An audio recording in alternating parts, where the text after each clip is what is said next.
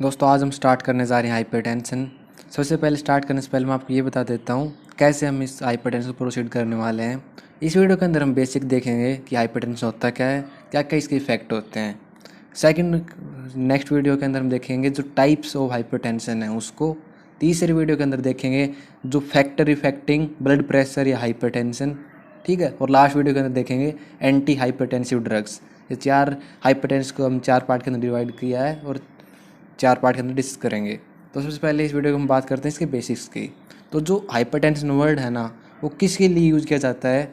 जो आपका सबसे पहले जो सिस्टेमिक आर्टेरियल प्रेशर होता है हाइपरटेंशन, एक सिस्टेमिक प्रेशर होता है आर्टरी, एक आर्टेरियल हो गया एक वेनस हो गया। लेकिन जो आर्टरी का जो प्रेशर है सिस्टेमिक, उसी प्रेशर को हम हाइपरटेंशन या जो ब्लड प्रेशर है उसमें काउंट करते हैं और उसी के अंदर हाइपरटेंशन को हम नॉर्मली सिस्टेमिक आर्टरी हाइपरटेंशन को ही हाइपरटेंशन बोलते हैं।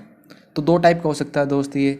एक आपका सिस्टेमिक आर्टरी में आपका प्रेशर बढ़ गया हो जिसकी वजह से हाइपरटेंशन हो। सेकंड हो सकता है आपकी जो पल्मोनरी आर्टरी होती है या पल्मोनरी वस्कुलेचर होता है, वहाँ पर यदि बढ़ जाए तो हम पल्मोनरी हाइपरटेंशन बोलेंगे, ठीक है। तो सबसे पहले हमें पता होना चाहिए जो नॉर्मल हाइपरटेंशन कब बोलेंगे कि बंदे को हाइपरटेंशन है। तो दो टाइप प्रेशर होते हैं, एक आपका जो हार्ट कॉन्ट्रैक्ट करता है सिस्टोलिक, एक आपका हार्ट रिलैक्स करता है डायस्टोलिक। ये तो सिस्टोलिक प्रेशर होना चाहिए 140 से ज़्यादा और आपका डायस्टोलिक प्रेशर होना चाहिए 90 से ज़्यादा, ठीक है। तो ये नॉर्मली कंडीशन होती है जब हाइपरटेंशन हम बोलते हैं। लेकिन जो नॉर्मल प्रेशर का कितना होता है, देखिए मान लीजिए ये आप पॉपुलेशन का ग्राफ है, तो जो मेजॉरिटी ऑफ पीपल है ना उन वो लाई करते हैं उनका जो ब्लड प्रेशर लाई करता है 120 सिस्टोलिक अराउंड और 80 आपका डायस्टोलिक अराउंड, ठीक है। ये आपकी एक एवरेज है। मीन आपका ये हो सकता है 115 75 135 85, ये भी नॉर्मल होगा कुछ लोगों के लिए, ठीक है। ये मेजॉरिटी की बात करते हैं हम। इसके बाद क्या होगा, हाइपरटेंशन है। हाइपरटेंशन की वजह से आपकी बॉडी के अंदर प्रॉब्लम क्या क्या आती हैं वो हमें पता होना चाहिए।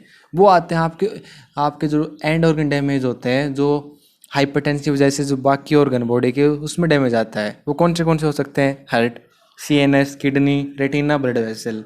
तो जो हार्ट है, हार्ट के अंदर क्या प्रॉब्लम आएगी, आपका ब्लड प्रेशर आपका बढ़ने की वजह से आपको जो लेफ्ट वेंट्रिकल है ना उसको ज़्यादा फंक्शन करना पड़ता है। फंक्शन करने की वजह से वहाँ पर लेफ्ट वेंट्रिकल हाइपरट्रोफी हो जाती है। क्योंकि एक कंपनसेटरी मैकेनिज्म होता है हार्ट का, हाइपरट्रोफी हाइपरप्लेसिया करा के। तो ये आता है आपका हाइपरट्रोफी, हार्ट के अंदर मेनली हाइपरट्रोफी होती है। सीएनएस सेकंड आता है। सीएनएस के अंदर क्या प्रॉब्लम हो जाएगी, एक ट्रांजिएंट इस्चेमिक अटैक, एक आपका स्ट्रोक। ये आपकी ब्लड प्रेशर की प्रॉब्लम है, कॉम्प्लिकेशन है। स्ट्रोक भी हो सकता है इसकी वजह से और ट्रांजिएंट इस्चेमिक अटैक भी हो सकता है। ये नॉर्मली लेस देन 24 आवर, ये आपका मोर देन 24 आवर इसकी आपकी नॉर्मली मिलता है, ड्यूरेशन होती है। तीसरा आता है किडनी। किडनी के अंदर क्या प्रॉब्लम आएगी, नेफ्रोपैथी। जो हम पढ़ते हैं डायबिटिक को, आपकी डायबिटिक नेफ्रोपैथी, वो आपके डायबिटिक जैसे डायबिटीज़ के अंदर पढ़ते हैं ऐसे ही आपका जो हाइपरटेंशन नेफ्रोपैथी होती है वो हाइपरटेंशन की प्रॉब्लम होती है, जिसकी वजह से जो आपका ग्लोमेरुलस है वहाँ पर आपका फिल्ट्रेशन अच्छी तरह नहीं हो पाता है, इसकी वजह से नेफ्रोपैथी। फोर्थ आता है आपका रेटिना। रेटिना के अंदर जो हाइपरटेंसिव रेटिनोपैथी है वो आपकी कॉम्प्लिकेशन है रेटिना के अंदर। और लास्ट है जो मोस्ट इंपॉर्टेंट होता है एथेरोस्क्लेरोसिस। ये आपका जो माइकार्डियल इन्फेक्शन है, हार्ट अटैक है, आपका ओक्लूजन डिजीज है, वो आपका मेन कोज ब्लड वेसल के अंदर एथेरोस्क्लेरोसिस की वजह से होती है। उसका कॉमन जो पॉजिटिव फैक्टर जो इसको करवाता है वो होता है आपका हाइपरटेंशन, ठीक है।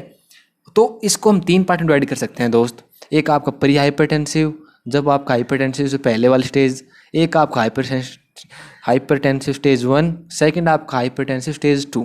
तो पहला स्टेज जब होगा जब सिस्टोलिक प्रेशर लाई करेगा 120 से लेकर 139 के बीच में और डायस्टोलिक करेगा 80 से 89। मतलब ये अभी हाइपरटेंशन नहीं बोलेंगे इस कंडीशन को, लेकिन ये कैन प्रोग्रेस टू हाइपरटेंसिव, इसलिए इसको प्री हाइपरटेंसिव बोलते हैं। यहाँ पर हमें जो लाइफ स्टाइल मॉडिफिकेशन हमें करना होगा। उसके बाद स्टेज 1, स्टेज मतलब 1 के अंदर 140 से 159 के बीच का सिस्टोलिक प्रेशर और 90 टू 99 आपका डायस्टोलिक प्रेशर। जब ये आपको कंडीशन मिलती है तो स्टेज 1 में हम बोलते हैं। सेकंड आता है आपका स्टेज 2, जब आपका सिस्टोलिक प्रेशर मोर देन 160 और डायस्टोलिक प्रेशर वो मोर देन 100 आपका यदि मिलता है तो उसको बोलते हैं हाइपरटेंसिव स्टेज 2। ठीक है। इसके बाद एक चीज़ आती है मैलिग्नेंट हाइपरटेंशन या ऐसा रिलेटेड हाइपरटेंशन। ये कब होगा? जब आपका डायस्टोलिक प्रेशर है आपका वो मोर देन 120 मिलता है। इसके अंदर जो आपका हाइपरटेंशन रेटिनोपैथी सबसे ज़्यादा अपने को कॉम्प्लिकेशन मिलेगी, जिसे हम फ्लैम्ड हेमरेज बोलते हैं। तो इस कंडीशन को बोलते हैं मैलिग्नेंट हाइपरटेंशन ऐसा रिलेटेड हाइपरटेंशन। तो दोस्त ये इस वीडियो को देखा हमने कॉम्प्लिकेशन, आपके स्टेजिंग, एक टर्म देखी, उसके बाद आपका नॉर्मल कितना होता है, कब बोलेंगे, इसके टाइप कौन से हैं दो। उसके बाद हम नेक्स्ट वीडियो के अंदर दोस्त आपका जो इसके क्लासिक कैटेगरी हैं, जो आपको प्राइमरी हाइपरटेंशन, सेकेंडरी हाइपरटेंशन, उसको डिटेल के अंदर समझेंगे। ठीक है। और तो मिलते हैं नेक्स्ट वीडियो के अंदर। तब तक आप यदि आप अभी तक वीडियो देख रहे हो तो चैनल सब्सक्राइब जरूर कीजिएगा और वो वीडियो को लाइक करना बिल्कुल आप ना भूलें, जिससे जितना मेरा एफर्ट लग रहा है मुझे लगा कि हाँ सफल रहे।